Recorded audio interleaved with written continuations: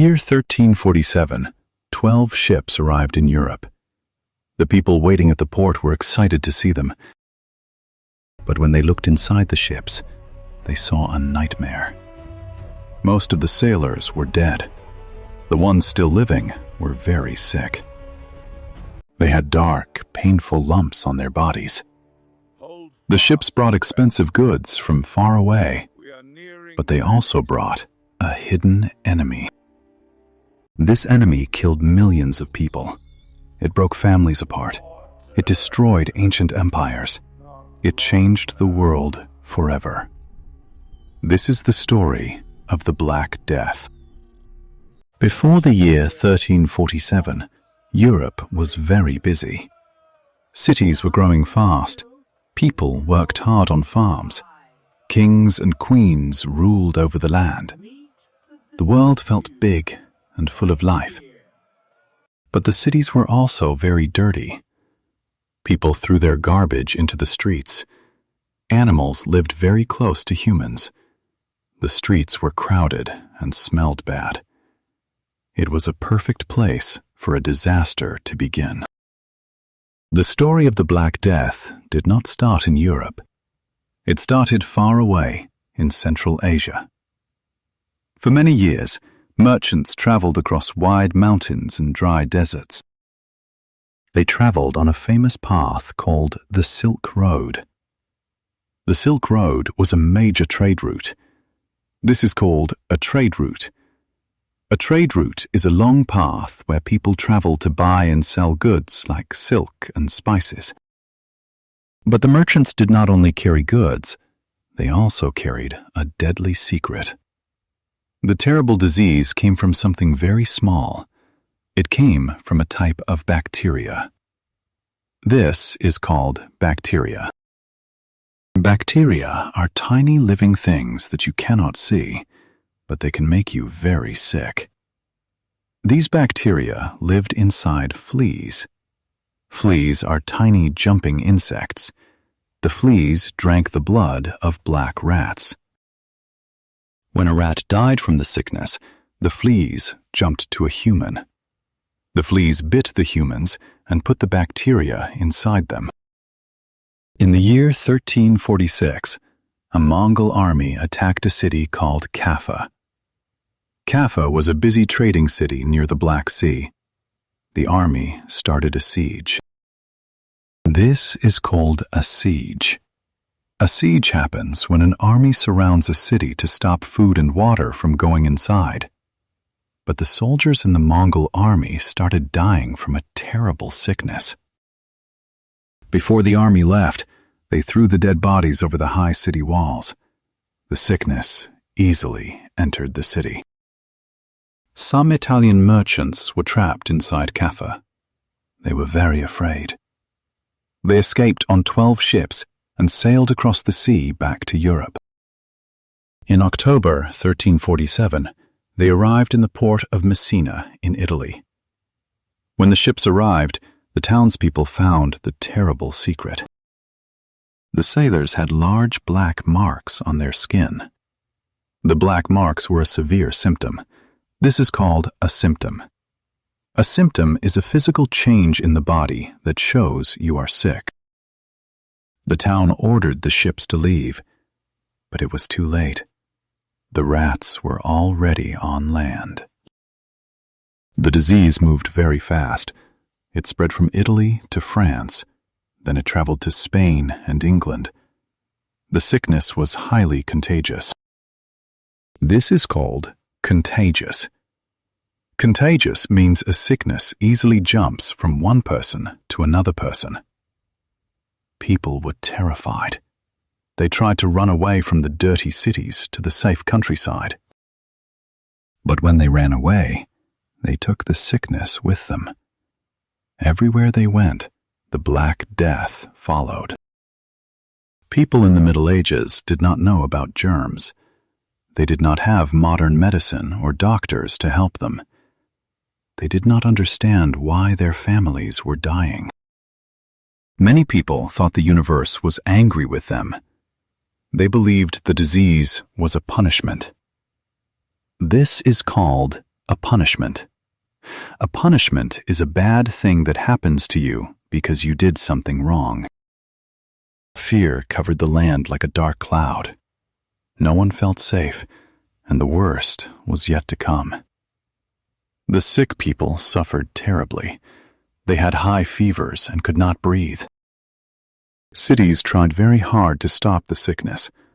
The leaders locked sick families inside their houses and did not let them leave. This is called a quarantine. A quarantine is when sick people are kept away from healthy people to stop a disease. But the rats easily crawled under the doors. The quarantine could not stop the tiny jumping fleas. The sickness continued to grow. People begged for help from medical workers. This is called a physician. A physician is a doctor who tries to heal sick people. Later in history, some plague physicians wore strange leather masks. The masks looked like large bird beaks. They put sweet flowers inside the beaks to block the bad smell of the dying cities. But the physicians in the Middle Ages did not understand the bacteria. Their medicines did not work.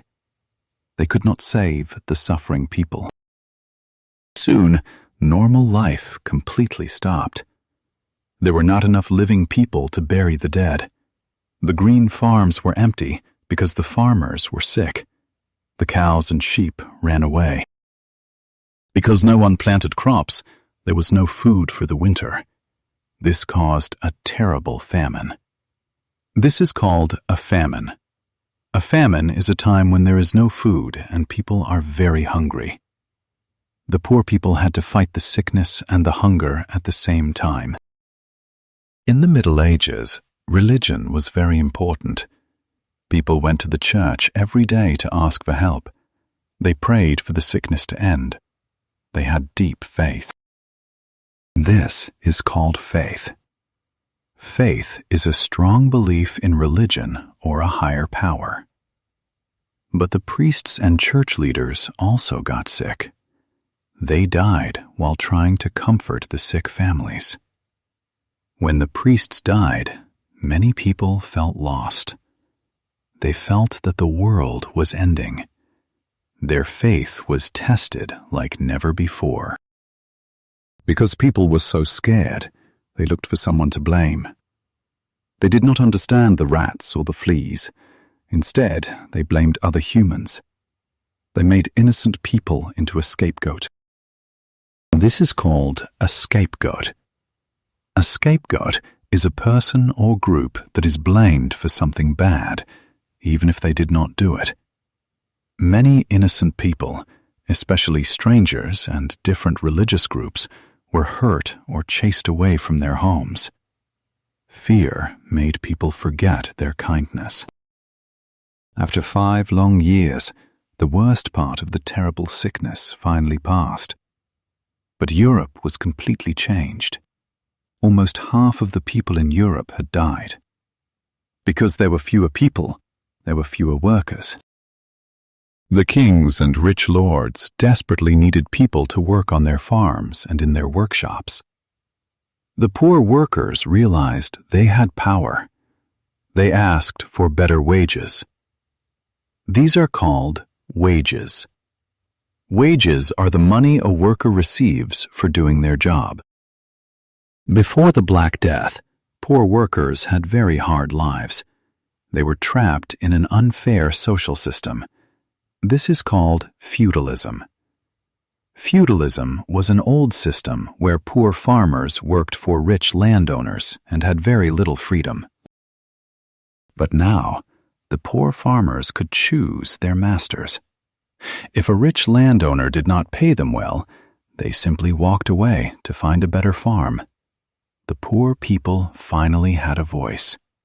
The balance of power was changing forever. Because the workers had more money, they could buy better food and nicer clothes. Slowly, a new group of people started to grow in society. This is called the middle class.